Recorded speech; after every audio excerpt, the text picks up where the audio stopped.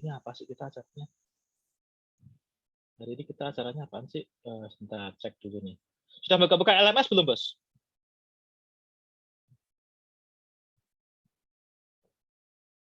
Sudah pada buka LMS atau belum? Kayaknya sih belum.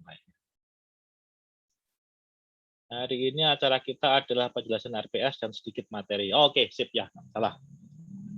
Hari ini acara kita tidak banyak ngobrolin rencana satu semester dan membicarakan tentang sedikit ada materi lah ya. Tidak banyak rencana kita. Oke, itu. Beberapa dari Anda sudah tahu saya, sudah bareng saya, tapi beberapa juga ada juga yang belum gitu. Yang belum, apa yang ingin Anda ketahui tentang saya?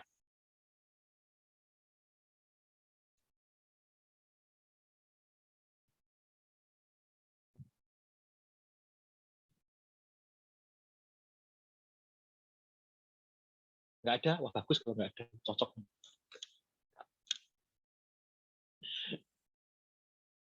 Tidak ada? Wah, mantap. Oke, berarti kita langsung ke materi kalau gitu. Oke.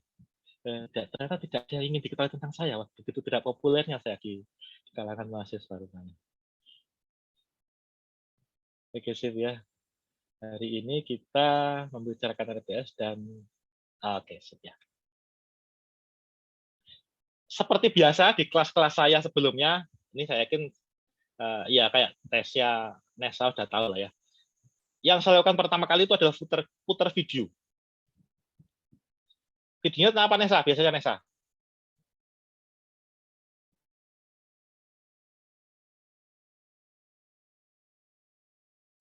Banyak, Pak, bermacam-macam, Pak. Macam-macam, cuma satu doang video saya, macam-macam. Dari ini adalah video saya. Ini video favorit saya, Mas. Video favorit saya, sebentar buka dulu. Oke. Saya share screen.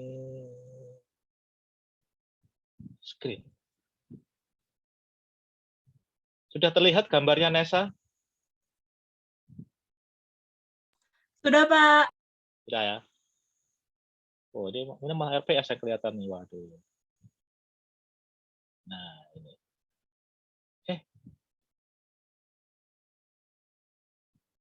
Kok begini?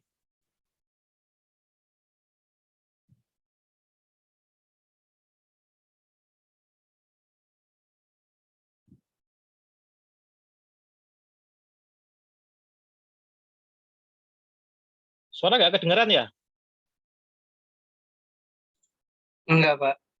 Nah, ini salah lagi saya berarti. Nah, saya sharingnya salah saya. Stop sharing.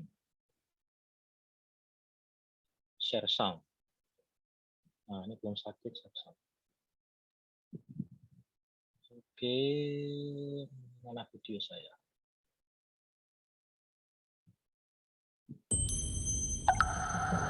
Suara terdengar? Dengar, Pak. Ya, dengar ya. Terdengar, Ini Pak. teman-teman yang sudah pernah nonton, tonton lagi aja ya. Ini adalah video indoktrinatif dari saya. Wah,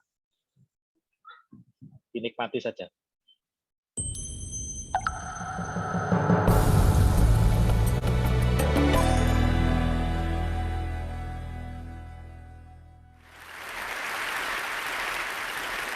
So in college, I was a government major, which means I had to write a lot of papers.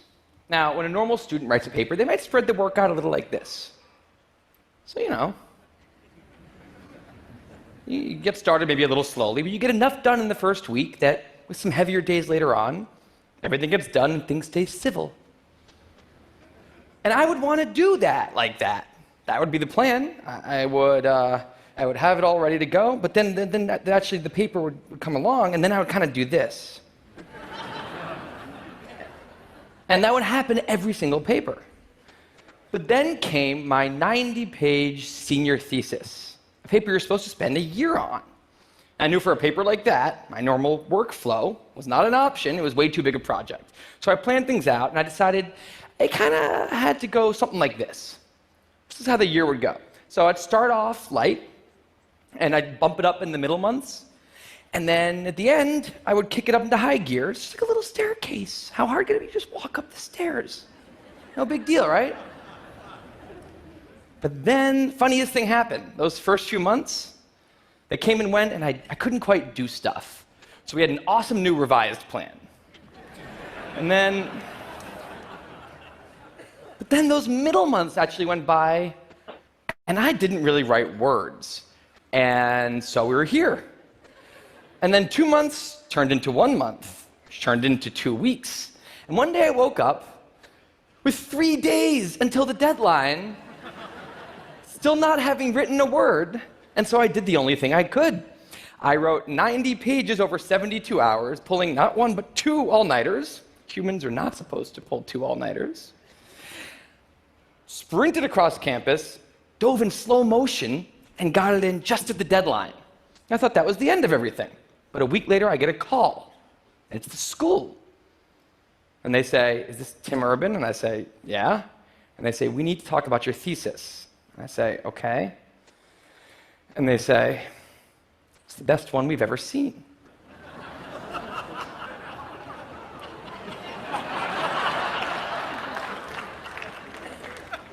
That did not happen. It was a very, very bad thesis. I just wanted to enjoy that one moment when all of you thought, "This guy is amazing." No, it was very, very bad. Anyway, today I'm a writer, blogger guy. I write the blog Wait, But Why? And a couple of years ago, I decided to write about procrastination. My behavior has always perplexed the non-procrastinators around me, and I wanted to explain to the non-procrastinators of the world what goes on in the heads of procrastinators and why we are the way we are. Now, I had a hypothesis that the brains of procrastinators were actually different than the brains of other people. And to test this, I found an MRI lab that actually let me scan both my brain and the brain of a proven non-procrastinator, and so I could compare them, and I actually brought them here to show you today, and I want you to take a look carefully to see if you can notice a difference. And I know that if you're not a trained brain expert, it's not that obvious, but just take a look, okay? So here's the brain of a non-procrastinator. Now, here's my brain.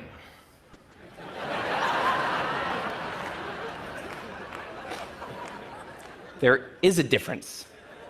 Both brains have a rational decision maker in them, but the procrastinator's brain also has an instant gratification monkey. Now, what does this mean for the procrastinator? Well, it means everything's fine until this happens. So the rational decision maker will make the rational decision to do something productive, but the monkey doesn't like that plan. So he actually takes the wheel and he says, "Actually, let's read the entire Wikipedia page of the Nancy Kerrigan Tanya Harding scandal because I just remembered that happened." Then we're going to go over to the fridge. We're going to see if there's anything new in there since 10 minutes ago.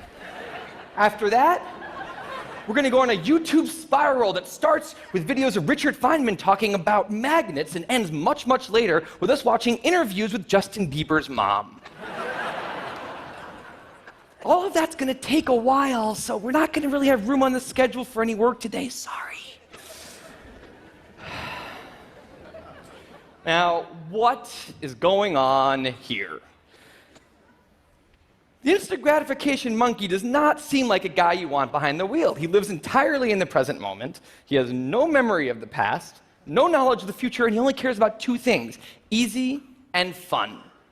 Now, in the animal world, that works fine. If you're a dog and you spend your whole life doing nothing other than easy and fun things, you're a huge success. And to the monkey, humans are just another animal species. He has to keep well slept, well fed, and propagating into the next generation, which in tribal times might have worked okay. But if you haven't noticed, now we're not in tribal times. We're in an advanced civilization, and the monkey does not know what that is, which is why we have another guy in our brain, the rational decision maker, who gives us the ability to do things no other animal can do. We can visualize the future. We can see the big picture. We can make long-term plans. And he wants to take all of that into account, and he wants to just have us do whatever makes sense to be doing right now. Now, sometimes it makes sense to be doing things that are easy and fun, like when you're having dinner or going to bed or enjoying well-earned leisure time. That's why there's an overlap. Sometimes they agree. But other times, it makes much more sense to be doing things that are harder and less pleasant for the sake of the big picture, and that's when we have a conflict. And for the procrastinator, that conflict tends to end a certain way every time, leaving him spending a lot of time in this orange zone, an easy and fun place that's entirely out of the makes sense circle. I call it the dark playground. Now, the dark playground is a place that all of you procrastinators out there know very well. It's where leisure activities happen at times when leisure activities are not supposed to be happening. The fun you have in the dark playground isn't actually fun because it's completely unearned and the air is filled with guilt, dread, anxiety, self-hatred, all those good procrastinator feelings. And the question is, in this situation with the monkey behind the wheel, how does the procrastinator ever get himself over here to this blue zone, a less pleasant place, but where really important things happen? Well, it turns out that the procrastinator has a guardian angel, someone who's always looking down on him and watching over him in his darkest moments, someone called the panic monster.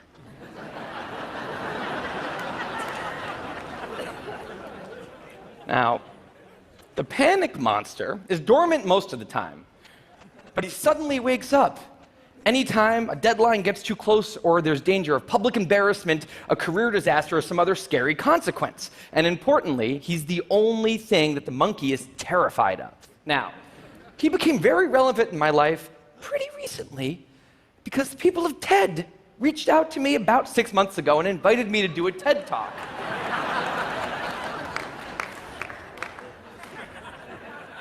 Now, of course, I said yes. It's always been a dream of mine to have done a TED Talk in the past.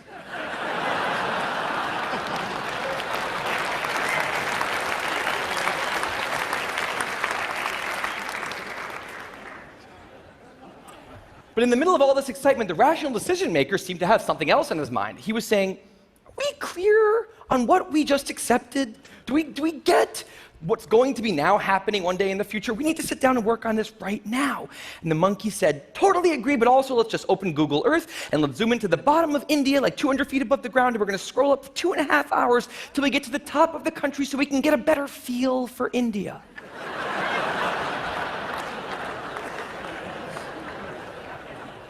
So that's what we did that day. As 6 months turned into 4, and then 2, and then 1, the people of TED decided to release the speakers. And I opened up the website, and there was my face staring right back at me, and guess who woke up? So the panic monster starts losing his mind, and a few seconds later, the whole system's in mayhem.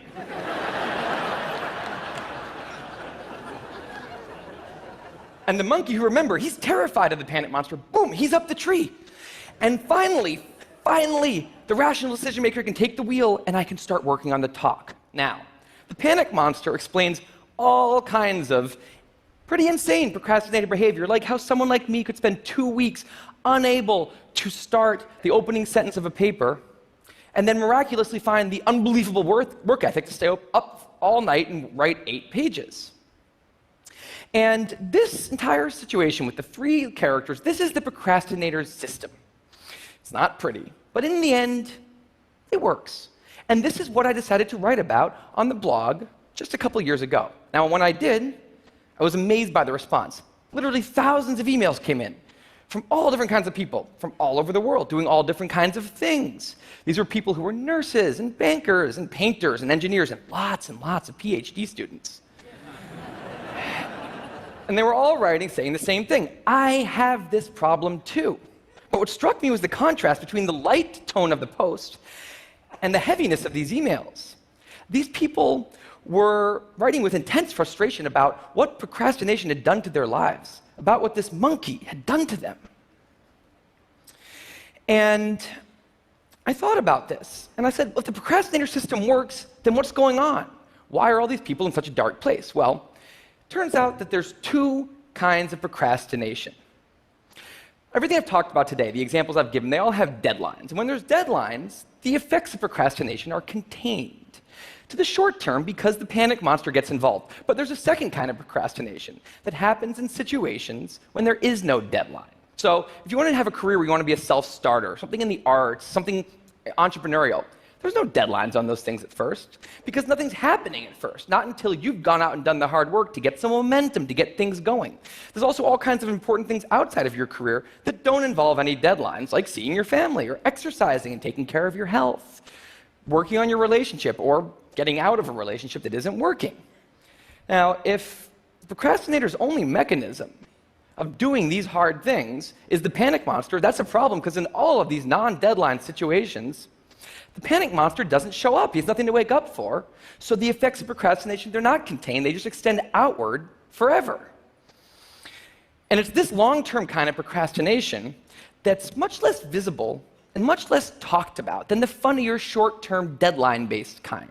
It's usually suffered quietly and privately. And it can be the source of a huge amount of long-term unhappiness and regrets. And I thought, that's why these people are emailing, and that's why they're in such a bad place. It's not that they're cramming for some project. It's that long-term procrastination has made them feel like a spectator at times in their own lives. The frustration was not that they couldn't achieve their dreams, it's that they weren't even able to start chasing them.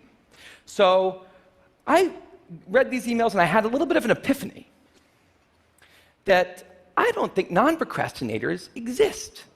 That's right. I think all of you are procrastinators. Now, you might not all be a mess, like some of us. And some of you may have a healthy relationship with deadlines. But remember, the monkey's sneakiest trick is when the deadlines aren't there. Now, I want to show you one last thing. I call this a life calendar. That's one box for every week of a 90-year life. That's not that many boxes, especially since we've already used a bunch of those.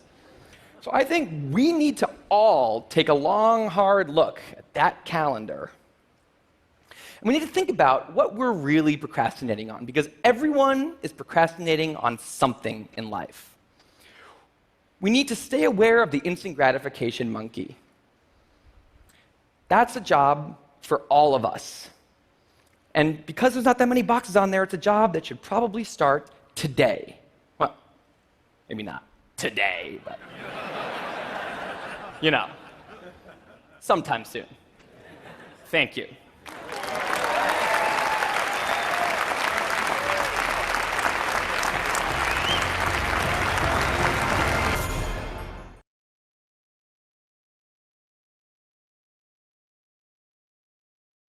Ini adalah video favorit saya di TED.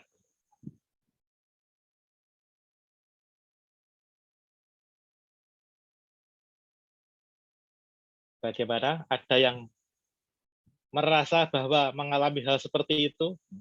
Hoki udah pernah nonton video ini kan, Hoki ya? Sudah, Pak.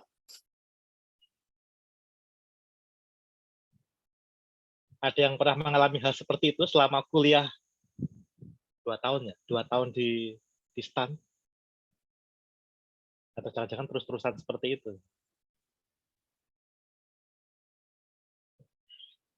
Ada alasannya saya mau tontonkan video itu, kita sama-sama nonton video itu ya, karena nanti mata kuliah kita ini adalah mata kuliah yang basisnya project.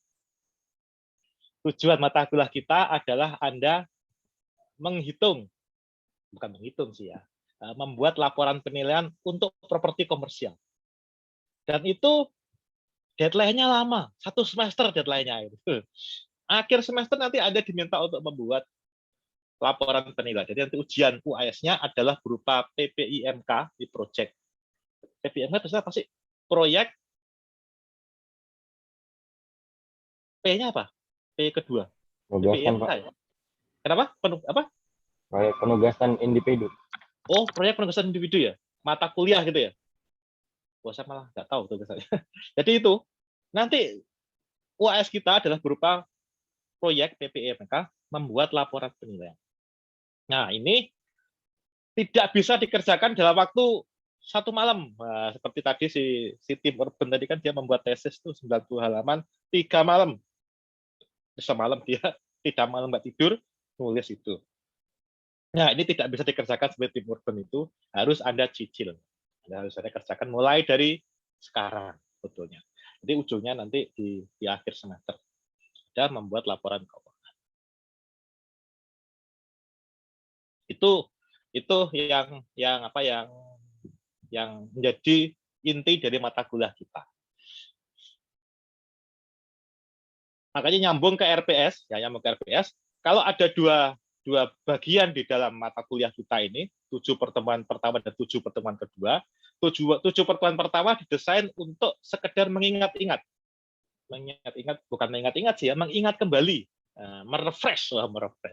Kalau kita pencet tombol F5 kan biasanya merefresh browser ya, atau refresh gitu ya.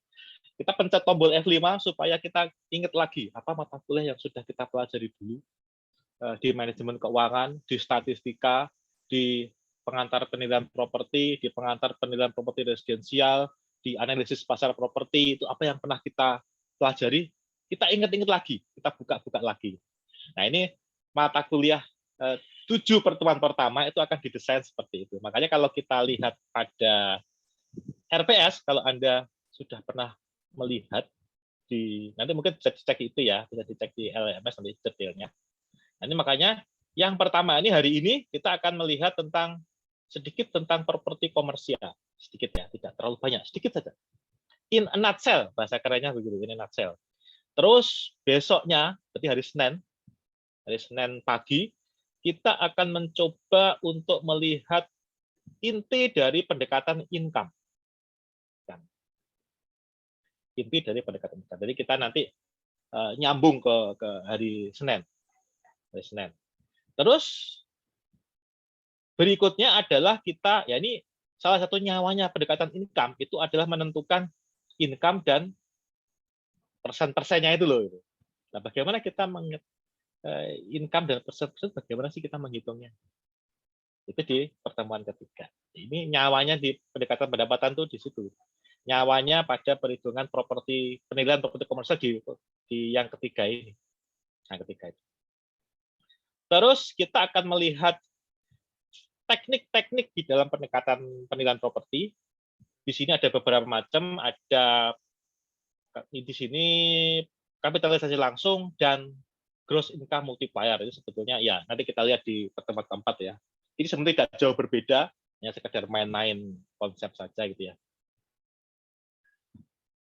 Terus diikuti dengan DCF, discounted cash flow. Jadi kalau ini kita sederhananya seperti itu, lebih kompleks kita mencoba untuk melihat pada DCF atau discounted cash flow pada pertemuan kelima. 2 pertemuan terakhir kita akan melihat yang sebetulnya agak-agak jarang dipakai itu ya, agak-agak jarang, yaitu penilaian untuk properti yang sedang dalam tahap proses pembangunan. Serta terakhir ini mungkin yang agak rada-rada absurd ya, absurd sih ya. Ya saya bilang sih ya aneh aja ini. Tapi nggak masalah, sekedar untuk nice to know saja. Yang terakhir ini kita akan mencoba untuk melihat pendekatan residual. Sebetulnya ini ada hubungannya dengan yang nomor 1 sebetulnya, nomor 6 sebetulnya. Jadi nomor 2 ini sebetulnya gabung. Nah, itu pertemuan sebelum UTS. Nah, ini. Setelah UTS ini isinya kita praktek semuanya ini. Isinya lebih banyak kita konsultasi, isinya lebih banyak tentang ngitung-ngitung gitu ya. Jadi tidak ada materi lagi setelah pertemuan UTS. 7 pertemuan setelah UAS ini isinya adalah kita praktek ngitung, praktek nilai properti komersial. Nah, isinya adalah diskusi, isinya adalah presentasi. Kalau nggak tahu tanya, kalau ada kesulitan tanya, gitu-gitu aja. Tidak akan ada lecture seperti tidak akan ada materi yang dipaparkan, tidak ada. Seperti itu. Terus sampai ujungnya adalah di UAS adalah Anda membuat laporan penilaian. Nah, di dalam properti komersial ini ada 3 tugas, assignment 3 tugas. Detailnya sudah ada di RPS. Kira-kira tugas ini yang pertama adalah, ini tugas kemarin saya sebetulnya. Yang pertama adalah Anda membuat paper. Membuat paper terkait dengan kondisi pasar properti komersial, terutama saya kaitkan dengan ditutupnya grup Hero. Kalau Anda sudah pernah ikut mata kuliah saya pengantar analisis pasar properti, Nah, APP, Analisa Pasar Properti, maka ini masih ada kaitannya dengan tugas Anda yang ada di mata kuliah itu.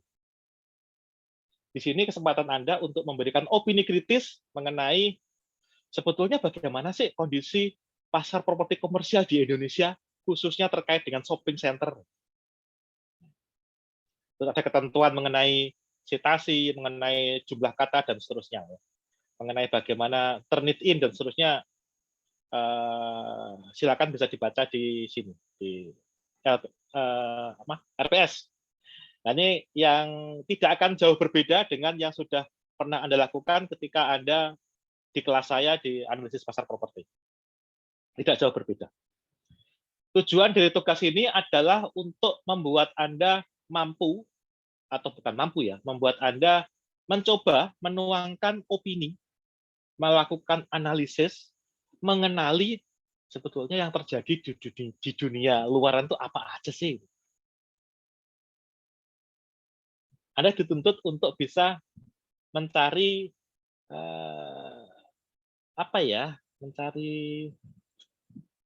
melakukan tinjauan kritis, menulis opini atau pendapat. Nah, di sini ada tulisan opini. Nah, ini kajian kritis. Nah, saya bilang kajian kritis. Jadi di sini Anda diminta untuk menulis opini sebetulnya, menuangkan pendapat. Tidak ada jawaban benar atau salah, tidak ada. Semua jawaban itu tergantung dari analisis Anda, tergantung dari bukti-bukti yang Anda sampaikan. Anda bisa pro, Anda bisa cons, nggak masalah. Yang penting bagaimana Anda menuangkan bukti, itu bagaimana Anda merumuskan opini.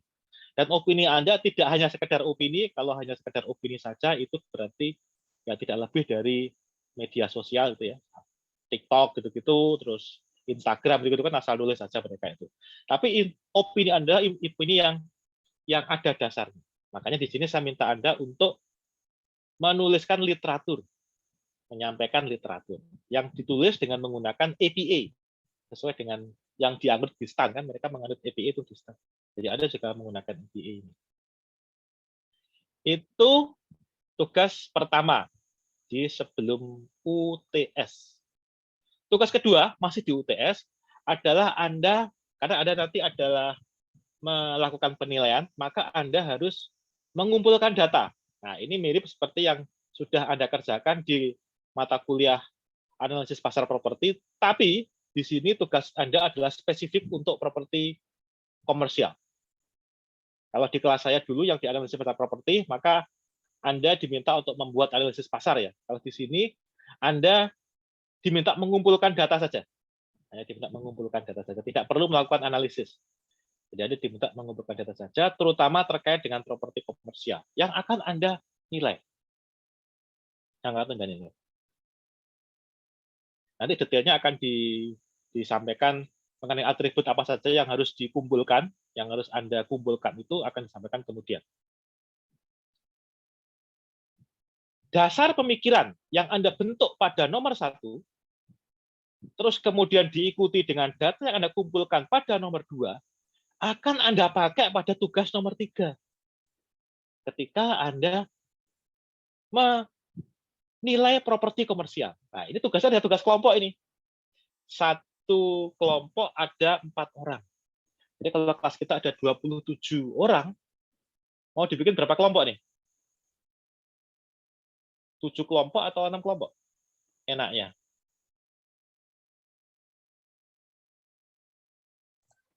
6 kelompok, Pak. 6 kelompok ya? Jadi ketua kelas? Jeris. Ketua kelas Anung, Pak. Anung. Anung, mana Anung? Ini ketawa sama diem aja nih ya. Jadi dirimu koordinir ya. Jadi kalau Jeris bilang enaknya 6 kelompok enaknya. Kalau 6 kelompok berarti kan ada satu kelompok yang 5 orang gitu ya Jeris ya? Ya, benar, Pak. Ya, betul. Atau kalau 7 kelompok berarti 1 orang, satu kelompok 3 orang. Ini nggak enak banget punya 3 orang. Nah, ini terserah lah. Nung, serah dirimu ya Nung ya. Baik, Pak. Nanti saya buat. Ya, mau 6 kelompok atau 7 kelompok terserah ya. Silakan aja. Nanti setiap kelompok itu harus memilih satu properti untuk dinilai. Tapi karena lokasinya misah-misah, mungkin harus disepakati ya. Enaknya sih nyari kelompok yang satu kota enaknya ya. Kalau mungkin, tapi kalau nggak mungkin juga nggak apa-apa sih. Jadi pilih satu jenis properti gitu. Saran saya adalah Anda pilih properti yang gampang. Karena jangan sampai Anda, karena saya tuh menganut prinsip gini, tugas yang baik adalah tugas yang selesai. KTTA yang baik adalah KTTA yang selesai. Skripsi yang baik adalah skripsi yang selesai. Ini juga yang baik adalah yang selesai. Jangan sampai Anda mau menilai misalkan mall, tapi ternyata datanya susah didapat. Ya, gimana caranya kan? Malah nggak selesai datinya kan. Mau nilai apartemen atau hotel, ternyata datanya nggak ada, susah. Mau nyari data income, nggak dikasih sama itunya, sama pemilik hotel. Kan repot urusannya kan. Nah ini saran saya adalah nyari yang gampang-gampang saja, yang datanya mudah diperoleh. Jadi nggak masalah, satu kelompok itu ambil satu data aja, terus kemudian menggunakan data yang Anda kumpulkan pada tugas 2, terus mindset yang Anda bentuk pada tugas 1, dipakai untuk menilai properti yang sudah Anda pilih. Nah, gitu. Sebelum UAS pada paruh kedua semester kita ini, tugas Anda adalah melakukan penilaian saja. Jadi melakukan estimasi dan seterusnya. Dan nanti laporan penilaian dibuat ketika Anda UAS. Jadi yang dikumpulkan setelah UTS itu berupa hitung-hitungan, kertas kerja dan seterusnya. Yang dikumpulkan pada masa UAS adalah laporan penilaian. Karena satu kelompok itu ada 4 orang atau 5 orang, 4 orang atau 5 orang ya, nanti tergantung ini berapa orang. Jika nanti tugas setelah UTS itu adalah satu kelompok satu tugas, maka ketika UAS setiap orang tetap harus membuat satu laporan penilaian. Jadi laporan penilaian dibuat oleh masing-masing perorangan secara pribadi gitu. Tapi ketika proses menghitung itu dilakukan rame-rame. Ya, makanya di sini saya bilang bahwa setelah UTS itu sebetulnya lebih ditujukan sebagai platform bagi mahasiswa untuk saling berdiskusi. Bagi Anda saling berdiskusi antar kelompok, atau saling berdiskusi intra kelompok, atau berdiskusi antara Anda dengan saya selaku dosen. Nggak apa-apa, kita ngobrol aja. Enaknya gimana? Karena mungkin nanti saya nggak tahu jawabannya, bisa jadi.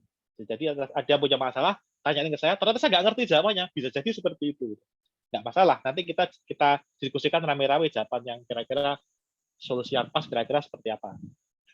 Nggak masalah. Jadi nanti harapan saya adalah pada paruh semester kedua, pada mata kuliah kita ini, maka Anda akan banyak ngobrol dengan sesama mahasiswa dan dengan saya selaku dosen. Nanti barangkali kita akan minta secara random kelompok untuk secara acak itu ya, kelompok untuk mempresentasikan hasilnya. Terus nanti kita rame-rame kita diskusikan. Ini bukan berarti kayak sidang skripsi itu ya, atau sidang KTTA, bukan maksudnya sidang itu bukan, tapi sekedar untuk memberikan masukan. Ya, jadi silakan nanti teman-teman memberikan masukan, saya juga memberikan masukan supaya kan gini Pak. Kita tuh kalau ya contohnya saya sendiri lah ya. Saya kalau nulis apa paper atau artikel gitu ya, itu pasti berantakan, Pak. Hasilnya itu pasti berantakan.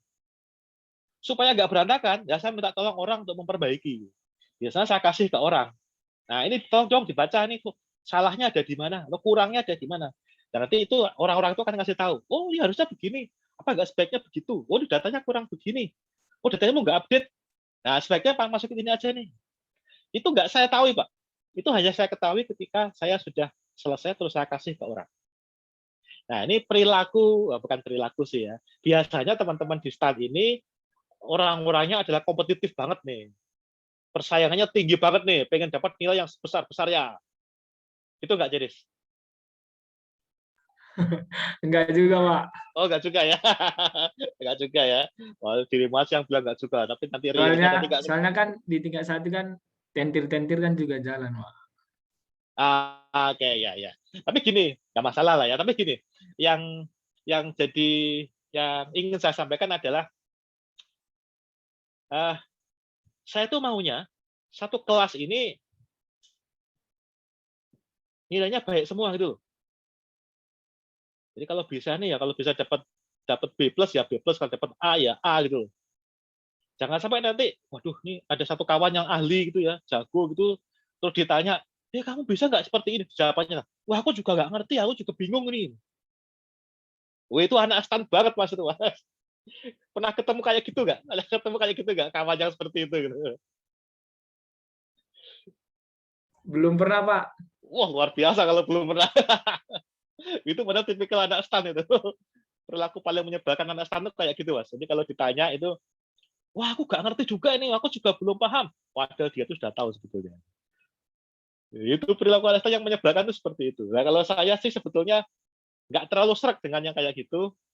Mengapa? Karena kalau saya dapat nilai A, terus tetangga saya sebelah itu juga dapat nilai A, kan saya juga nggak rugi toh Mas. Iya kan? Nggak rugi kan? Apakah ketika saya dapat nilai A, terus tetangga saya dapat nilai C, saya jadi untung gitu? Ya nggak juga toh.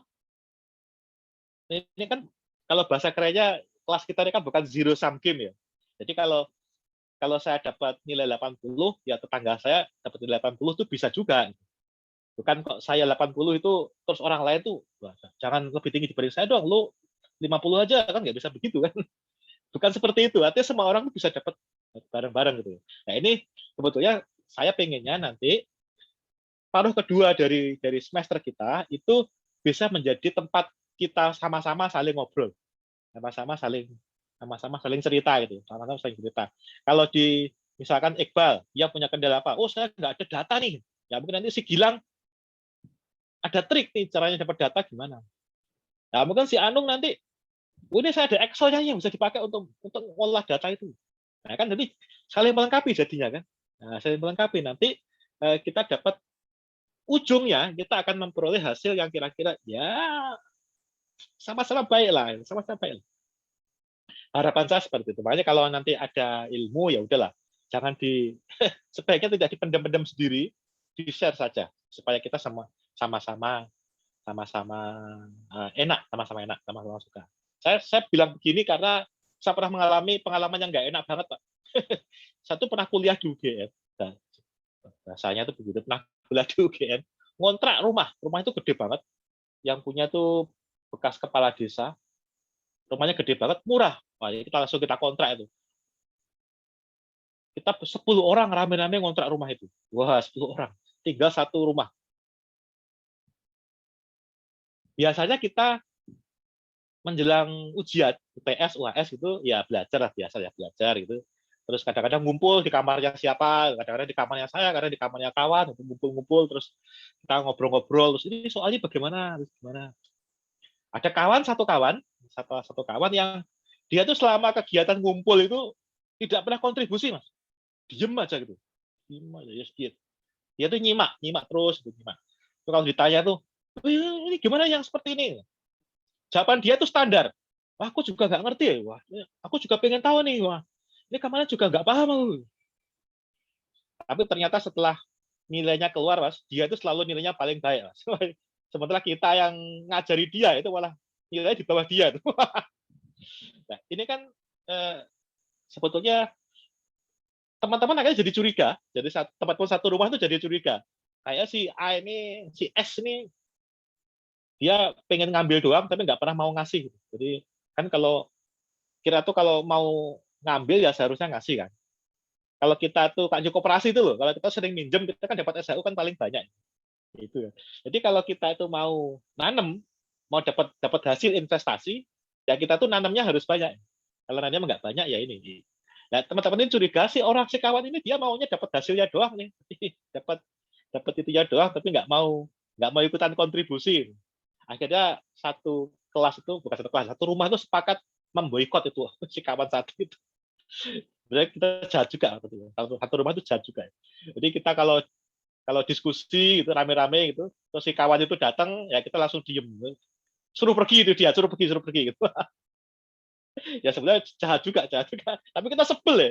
Satu rumah itu sebel kita. Wah ini kurang ajar ya. Ya itu yang kayak gitu ya jangan sampai kejadian di kelas kita.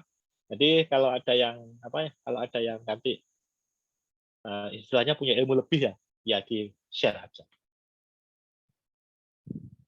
Tidak usah disimpan-simpan ya, buat apa sih disimpan-simpan? Nah, kalau sifatnya malah visualan nanti. Ilmu itu ibaratnya ibaratnya perasaan di hati ya. Semakin lama disimpan nanti jadi jerawat itu. Anung misalkan naksir Nesa gitu, nanti kalau Anung nggak mau berani nembak Nesa itu jerawatan terus Anung tuh. Makanya Betul, Pak. tembak aja. Tembak aja, paling jawabannya Nesa, paling jawabannya kita kawan aja deh, paling jawabannya begitu ya. Supaya nggak jerawat tenung ya. Kayaknya si Jeris ini pernah nembak tapi gagal ya Jeris. Gimana Pak? Gimana Pak? Dirimu pengalaman nembak tapi gagal ya? Belum Pak. Oh belum. Belum berhasil, pernah, Mas. belum pernah maksudnya. Belum pernah berhasil nembak, Pak. maksudnya. Oh, belum ada, Pak. Wah, ini bahaya nih, belum berani nembak. Bohong Pak, Jeris pacarnya banyak Pak. Tuh, bohong tuh kalau si Rozak tuh. Jeris nembak Hogi, Pak. Wah, ini bahaya ini. Kayaknya mesti tak kasih tahu ke Mbak Dini psikolog supaya jadi di treatment sama Mbak Biasa Dini yang psikolog. biasa yang ngomong banyak, yang banyak Pak. Oh gitu ya. Bisa Ya. aja lo ngeles ya lo. Bisa aja lo ngeles ya lo. Nah, kira-kira begitulah ya. Jadi kita sharing-sharing aja, kita bagi-bagi aja. Jangan dipendam-pendam lah kalau punya sesuatu jangan dipendam-pendam. Toh juga bukan duit ini gitu. Kalau duit dikasih orang berkurang duit kita kan. Tapi kalau kita pengetahuan kasih orang kan nggak berkurang pengetahuan kita. Yang ada malah kita semakin paham, malah semakin ngerti. Gitu. Itu mengenai RPS. Nah, ada yang ingin ditanyakan, Mbak? Ada atau tidak RPS? Yang tadi personal yang di UAS itu berarti objeknya nanti beda kan Pak? Yang sama yang di kelompok Pak? Oh iya, objeknya satu aja Mas, sama objeknya. Oh sama, berarti yang dikumpulin di UAS terakhir itu sama objeknya sama yang di tugas ketiga tadi ya Pak? Iya sama. Tapi kalau objeknya beda nanti dirimu nilai dari ulang kan, nilai dari awal toh, ngerjain dari awal lagi. Jadi nanti di tugas itu isinya adalah worksheet atau kertas kerja, tapi laporan penilaian dipakai di UAS. Jadi UAS relatif sederhana saja. Makanya bobot UAS juga tidak banyak nih kalau Anda perhatikan ya. Bobot UAS berapa nih? Nah, bobot UAS juga tidak banyak. Sekitar 20% doang. Nah, ini kan bobot UAS 20% doang, hanya 1/5. Kebanyakan mata kuliah kita nantinya itu separuh itu adanya di aktivitas. Bobot nilainya adanya di aktivitas. Terutama di tugas mandiri, ya ini terutama di tugas mandiri yang tugas 1, 2, 3 itu. Nah, di situ kebanyakan akan bobotnya ada di situ. Ini sekaligus saya ingin mendesakralisasi ujian. Karena kalau ujian itu kayaknya kok sudah seperti nyawa aja. Doa bersama sebelum ujian, istighosah sebelum ujian. Wah, dosa sudah godok kepala aja nih. Ini kok ujian sudah kayak seolah-olah menjadi orang mau nikah aja kayaknya. Enggak lah, saya ingin mendesakralisasi ujian. Itulah, ujian itu hanya sekedar ujian saja, tidak terlalu penting. Makanya di sini kita bilang bahwa untuk UAS bobotnya cuma separuh, sedikit aja, 1/5 20%. UTS dia bobotnya 30%, sisanya yang separuh itu ada di aktivitas. Nah, khususnya ada di tugas mandiri yang 1, 2, 3 itu. Nah, paper, terus ngumpulin data pasar, sama yang terakhir itu, tugas ketiga, yang membuat kertas kerja penilaian properti residensial, residensial sampai komersial. Itu kira-kira. Pak izin nanya Pak. Ya, sip. Monggo. Di tugas satunya buat daftar apanya pakai Mendeley ya Pak? Silakan pakai Mendeley. Ya ini. Nggak boleh yang saya bawaan dari Microsoft Word-nya aja Pak? Ya boleh-boleh aja, silakan saja. Tapi saya tidak menyarankan itu. Boleh aja pakai bawaan Microsoft Word, silakan aja. Kalau mau pakai itu juga boleh. Tapi saya tidak sarankan karena itu ribet Mas pakainya Mas. Kalau pakai Mendeley atau Zotero ini kan enak itu. Tapi ya kalau nggak mau pakai juga nggak masalah. Sudah pernah pakai Mendeley atau Zotero? Belum pernah Pak. Biasa kalau Pernah, ya? Belum buat pernah, apa? Pak. Pakai dari Word aja Pak. Kayak Oh iya. ada Ya, saya visual sarankan kan selama ini kan biasanya pakai Word kan, yang ini kan ya, yang references ini kan, Iya, Pak. yang ini kan. Nah, ini kan ada API nih. Iya. Nah, cuman ribetnya Mas, ribetnya ini kan harus diisi satu-satu ini Mas. Mana sih? Ini bukan ya? Nah, ini kan.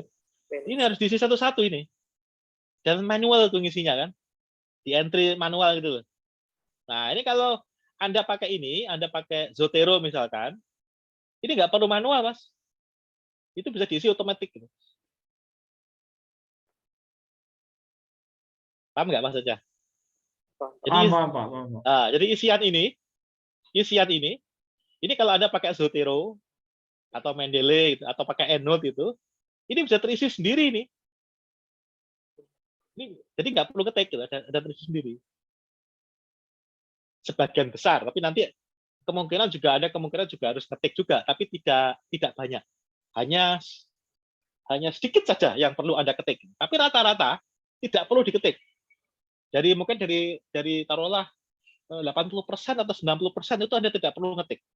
Nah, kalau pakai bawaannya Microsoft Word itu Anda harus ketik manual ini. Di entry satu-satu ini. Wah, bonyok ini kalau saya bilang. Kalau saya bilang bonyok ini. Kalau isinya cuma 5 atau 3 itu nggak boleh lah. Itu kalau pustaka Anda sudah 10 itu kan, waduh. Atau 20 itu, waduh kan sudah habis waktu ya Mas buat ngetik ini doang Mas. Gitu. Tapi kalau mau itu ya silakan aja, nggak masalah. Apa sih, boleh-boleh aja. Itu Bos. Tapi hasilnya sama, Mbak. Nggak ada bedanya, Mbak. Lebih, kalau saya sih bilang lebih efisien aja Mas. Kan gini, nanti Anda kalau KTTA, referensinya banyak loh. Bisa satu halaman itu isinya daftar pustaka semua itu, satu badan pustaka doang gitu. Apakah itu mau diketik satu-satu itu? Nggak mungkin, Mas. Nah, ini di sini saya memberikan kesempatan bagi Anda untuk menggunakan software bibliografi semacam Zotero atau Mendeley yang gratisan. Nah, itu jauh lebih oke, jauh lebih keren dibandingkan dengan punyanya Microsoft Word yang ini. Nah, jauh lebih keren dibandingkan dengan ini. Karena nanti di sini Anda ngisi manual, diketik satu-satu ini kan. Wah, ini siapa nih? Agung, terus siapa lagi gitu kan. Nah, ini kalau cuma satu Agung, kalau lebih dari satu harus begini. Nah, satu-satu gitu kan. Nah, ini nanti kalau pakai Zotero atau pakai Mendeley, ini nggak perlu Mas. Anda tinggal nyedot data yang sudah ada di internet. Cedot, blek. Nah, ada. Nanti tinggal yang namanya bibliografi, data pustaka, itu akan nongol sendiri. Gitu. Lebih efisien aja sih. Ini tadi saya bilang kalau referensinya nggak banyak, di bawah 5 lah, ya itu masih oke pakai punyanya Word. Tapi begitu referensi Anda nanti banyak banget, nanti pas KTTA itu referensi banyak. Itu nanti kalau nggak pakai program-program kayak gini, nanti Anda bakal repot sendiri. Itu sih saran saya. Tapi kalau nggak mau makan juga nggak apa-apa, silakan aja. Itu Bos. Tadi siapa yang nanya ya? Hogi, Pak. Terima kasih, Oke. Oke sih. Itu Hogi. Jadi nggak masalah. Kalau pakai Word juga boleh-boleh aja. Toh nanti di sini juga nggak bakal banyak nih kan referensinya ya. Tapi ini bagi saya adalah kesempatan buat Anda untuk berkenalan dengan Zotero, dengan Mendeley yang gratis. Tapi kalau yang Citavi sama EndNote ini bayar ya. Tapi kalau mau nyari bajakannya juga ada juga. Tapi silakan aja. Saran saya adalah Anda mulai berkenalan dengan program-program ini supaya nanti sudah terbiasa ketika mulai mengerjakan KTTA atau nanti bahkan ketika sudah mau lanjut ke S1, nah, sudah mulai tahu, Mendeley sudah pernah pakai, Zotero pernah pakai. Jadi sudah terbiasa. Itu, Bos. Ada lagi yang ingin disampaikan?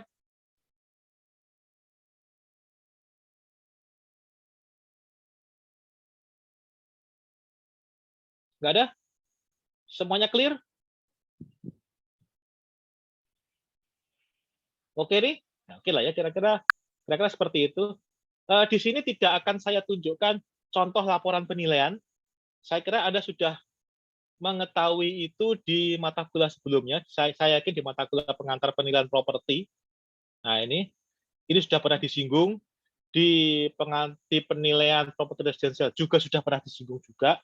Format dari DJP seperti apa, format dari DJKN seperti apa, terus bentuk laporan penilaian punyanya KJPP contohnya tuh kayak apa gitu. Sudah ya, tak pikir ya. Sudah atau belum? Sudah kan ya? Mestinya sudah ya.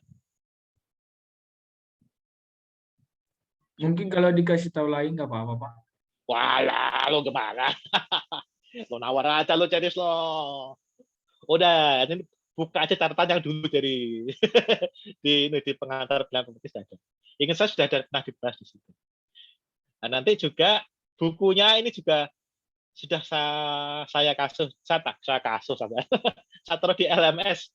Sudah saya masukkan di LMS, punyanya Russell Institute ini sama ini.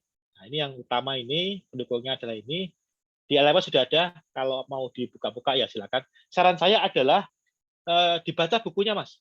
Terutama yang nomor 1 ya, terutama yang ini nih, dibaca-baca ini. Jadi terutama yang ini nih. Ini di sini banyak sekali hal menarik yang kita bisa lihat di sini.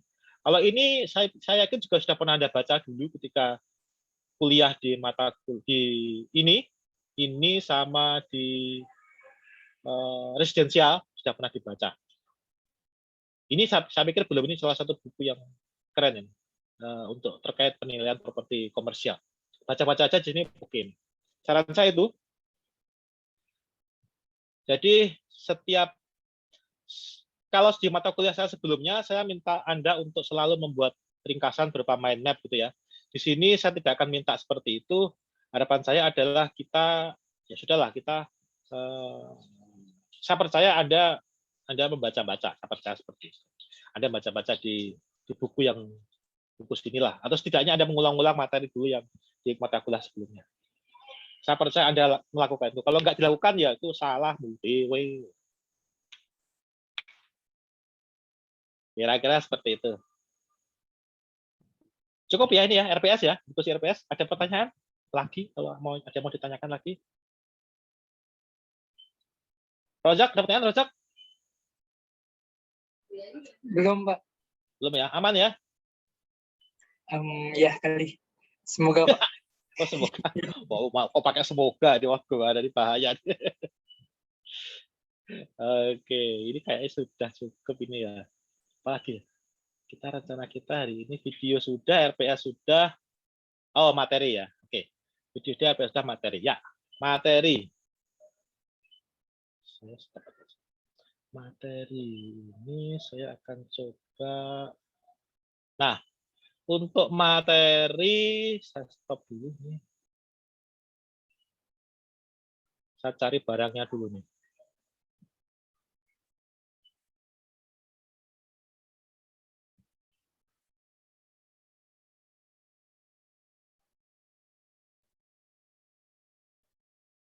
Nah, ini dia.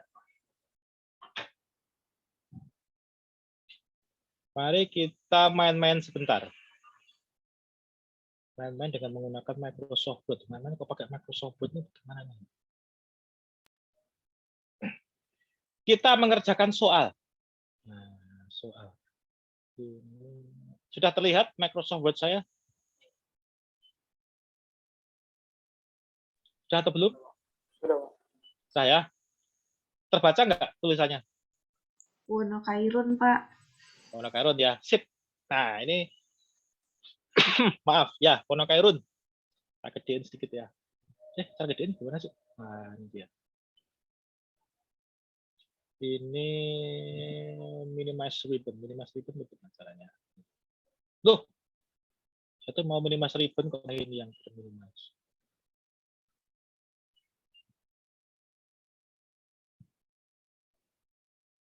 Full screen. Nah, terlihat full screen? Iya, Pak. Ya, silakan dikerjakan. Anda punya waktu sampai jam 12:04.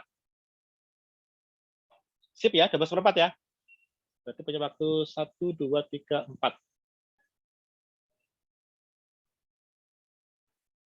Dikerjakan soalnya. Nanti kita bahas rame-rame.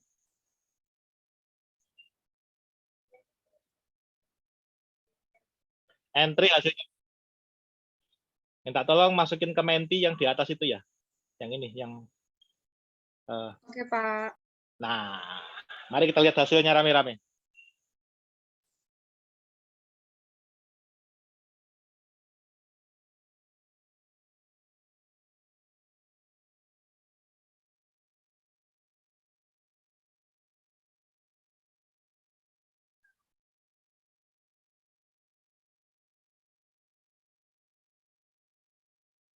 Satu orang sudah masukin angka, masih ada 26 orang yang lain lagi.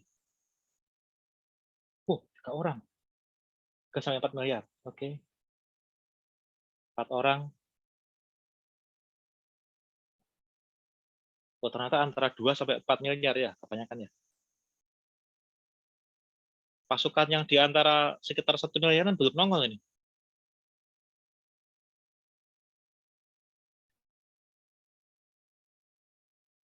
Nah, ternyata ada juga yang 1 miliaran muncul.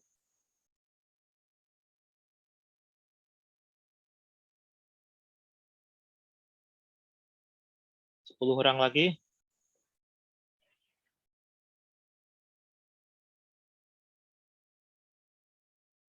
8 orang lagi.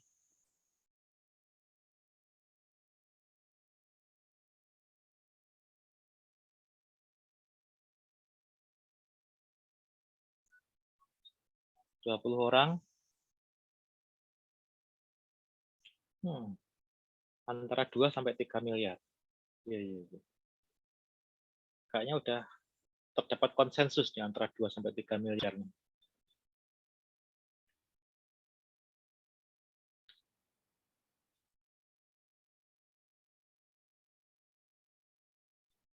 Ya, antara 2 sampai 3 miliar ya.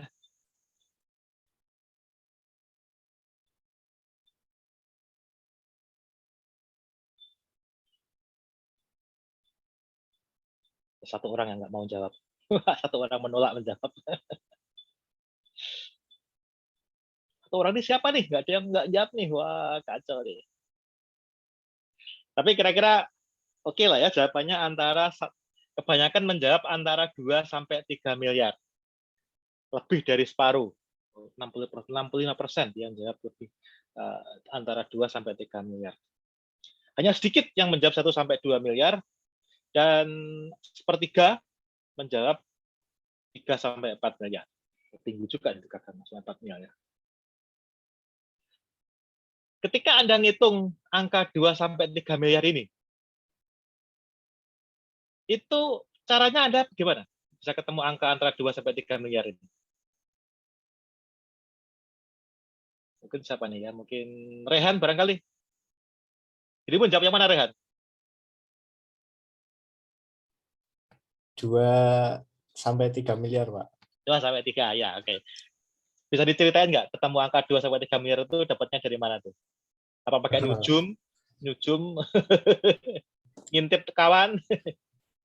Saya tuh, Pak, ngitung pakai cheat sheet gitu, Pak. Oke, cheat sheet ya, kayak nge-game aja pakai cheat sheet. Ya, pakai penyesuaian gitu, Pak, kayak data pasar gitu. Berarti pakai pendekatan perbandingan data pasar ya? Iya, Pak. Ketemu fixnya berapa? Pasnya? Nawar nih, pasnya berapa? Bentar, Pak. 2,9 miliar lah, Pak. 2,9 miliar. Oke, catat. Ya, salah. Iya. Waduh, mepet ke angka 3 miliar berarti ya?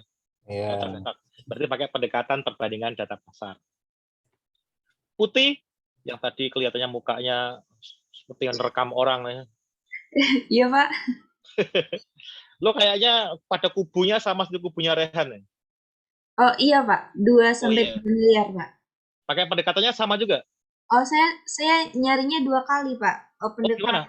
Pendapatan 1 sama data pasar 1. Oke. Yang data pasar saya pakai cheat sheet, Pak. Terus dapatnya bentar, Pak. Dapatnya 2,88. Kalau misalnya itu pendekatan pendapatan, tapi saya ragu sih Pak, pendekatan pendapatannya soalnya gampang banget gitu Pak, cuma sekali jalan doang itu dapatnya 2,8 miliar juga Pak, tapi Ah, 2,830 jutaan gitu Pak. Oke, jadi sekitar 2,8. Gampangnya gimana gampangnya? Oh, tinggal itu, kan tinggal cap rate-nya kan didapat tuh kalau buat ruko itu 6-9%. Saya dapat dari Google, Pak. Nah, itu Oke. tuh kan rumusnya tarif sewa sama dengan nilai properti dikali dengan cap rate. Nah, jadi itu kan tarif sewanya itu berdasarkan soal itu kalau nggak salah tadi ditetapkan 170 juta itu 2 tahun yang Yap. lalu. Jadi saya pakai aja 170 juta itu, Hmm. kemudian sama dengan nilai propertinya dimisalkan dengan X, kemudian dipakai cap rate yang 6%, yang paling kecil aja. Atau terus dapat 6%, terus dapatnya nilai propertinya 2 miliar 833 juta, 33333 gitu Pak. Ya, itu sekitar 2,8 lah ya, kurang lebih lah ya. Ya. Ya. Untuk metode perbandingannya juga mirip-mirip gitu ya. Hasilnya Iya, juga Pak. kira sekitar Oh, 2,8-an ya. Iya. 2,88 kalau yang gitu. Ya, jadi kan nggak jauh beda dengan si Rehan tadi kan. Dia kan dapat 2,9 tuh Rehan tadi. Nah, ini saya dapat pendapatan sama perbandingan data pasar. Ada yang dari kubu 3-4 miliar? Nggak ada yang ngaku ini, Pak. Ini nggak ada jawaban benar sama salah loh ya. Semua jawaban benar ini. Jadi jangan khawatir. Tidak ada yang ngaku kubu 3-4 miliar. Tesya, lo kubu mana Tesya? Saya 2-3 miliar. Nggak seru sama aja lo. Nesa. Ya, Pak. Kubu mana lo, Sa? 3-4 miliar, Pak. Nah, itu nggak ngomong lo. Nggak berani, Pak. Takut salah. Buset dah, nggak berani apaan. Nggak ada salah bener. Semuanya bener. Jadi gimana Nesa? Sampai ketemu angka 3,4. Ceritain dong. Pakai pendekatan data pasar, Pak, tapi dibagi dua gitu loh. Pertama, pendekatan data pasar untuk bangunan dapat sekitar 3,3 miliar. Lalu untuk yang tanahnya pakai pendekatan data pasar juga itu dapat 789.600.000. Jadi meter kalau ya? dijumlah total Pak, total. Oh, total. Karena tadi Oke. aku udah ngerata-ratain si data pasar yang ada untuk yang tanah itu dapat sekitar 10.966.000, terus 666.700.000, terus dikali sama luas total dapatnya 789.600.000. Nah, Oke. jadi aku total sih Pak, si total dari data pasar bangunan yang tadi 3 miliar sama yang data pasar untuk tanahnya tadi dapatlah sekitar 4 miliar lebih. Tadi lupa di jumlah. Oke, sekitar 4 miliaran berarti ya. Jadi 3-4 Iya. miliar kubu di situ ya. Iya, Oke, Pak. sip. Ada yang nemenin Nesa nggak kubu 3-4 miliar? Ini nih, ini anak stani begini tipikalnya nih, nggak dia mau ngaku nih tipikalnya nih. Malu dia. Nggak ada bener salah aja ya. Ayo, Pak. Ayo, Hogi. Mas Hogi. Gimana, Bos? Nemenin Nesa lo ya? Iya, Pak. Saya dapatnya 3,7 miliaran, Pak. Oke, sip. Ya, gimana? Saya pakai pendekatan pasar juga untuk dibagi dua. Yang pertama kan bangunannya dulu, Pak. Nah, di bangunan ini nggak ada penyesuaian gitu, Pak. Jadi kayak tinggal harga penawaran yang ditawarkan dibagi per meter luas bangunan gitu, Pak. Habis itu rata-rata harga per meternya itu, harga per meter dari 3 pembanding itu dirata-ratain, dikalikan luas bangunan objek penilaian. Dapatnya itu 2,940 juta. Dapat nilai tanah itu tinggal ngerata-ratain dari data pembanding yang ada dapat 789,6 juta. Habis itu ditambah, jadi indikasi harga jual tanah dan bangunan itu sekitar 3,729 juta, Pak. Oke, jadi sekitar 3,7 miliar lah ya kira-kira ya. Iya, Pak. Oke, sip. Yang kubu 1-2 miliar, ini kubu agak rendah nih. Sebelah kiri. Tuh kan nggak ada yang ngaku lagi. Kubu sebelah kiri 4% ini kalau saya nunjuk acak unlikely akan dapat ini, makanya ngaku aja.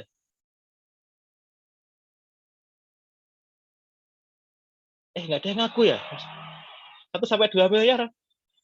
Ayo dong, boys. Ya, Yos. Silakan. Siapa tadi? Waduh, Sang. Jadi Putri ya? Iya, Pak. Nah, ceritain dong, Tri. Waduh, gak usah malu-malu, Tri. Biasa aja kita, Tri. Pakai pendekatan biaya, Pak. Gimana dapatnya? Nah, ini cocok nih kayaknya. Pertama, cari perbandingan data pasar yang tanah. Terus tuh dapat per meternya itu 10.990.000. Terus dikalikan sama luas tanahnya. Habis itu ditambah sama pendekatan biaya dari bangunannya. Tadi kan diketahui 7,5 juta per meter, terus dikalikan sama luas bangunannya. Terus karena tahun 2011 dibangunnya, terus 2021 mau ditanyain laku berapa, jadi kan 10 tahun. Nah, 10 tahun itu pakai DKPB itu penyusutannya 15% gitu, Pak. Oke. Dikalikan sama total yang biaya bangunannya itu 1.027.500.000. Ditambahkan sama harga tanahnya itu saya dapatnya 1,6 miliaran. Oh, 1,6 ya kira-kira ya. Jadi cocok ya. Makasih, Tri. Nah, gini nih, coy. Jadi nggak perlu malu-malu ngobrol. Tidak ada yang salah, tidak ada yang benar. Ini adalah tempat diskusi. Jadi kelas kita ini adalah kelas yang tempat yang paling aman untuk kita berbuat salah. Wah, itu ya, salah. Jadi nggak masalah. Tidak akan ada yang mencela. Ini juga apa ya? Ini juga salah satu perilaku kita yang barangkali harus kita tinggalkan. Kita itu cenderung kadang-kadang nih, termasuk saya juga. Kadang-kadang kalau ada kawan yang nggak pas, terus menurut kita itu cemen itu, kadang-kadang kita tuh senyum-senyum gitu loh, menertawakan si kawan ini. Nah, kadang-kadang seperti itu. Cuma gitu aja kok nggak ngerti sih. Apaan sih? Kadang-kadang seperti itu. Nah, ini seperti itu juga ditinggalkan saja.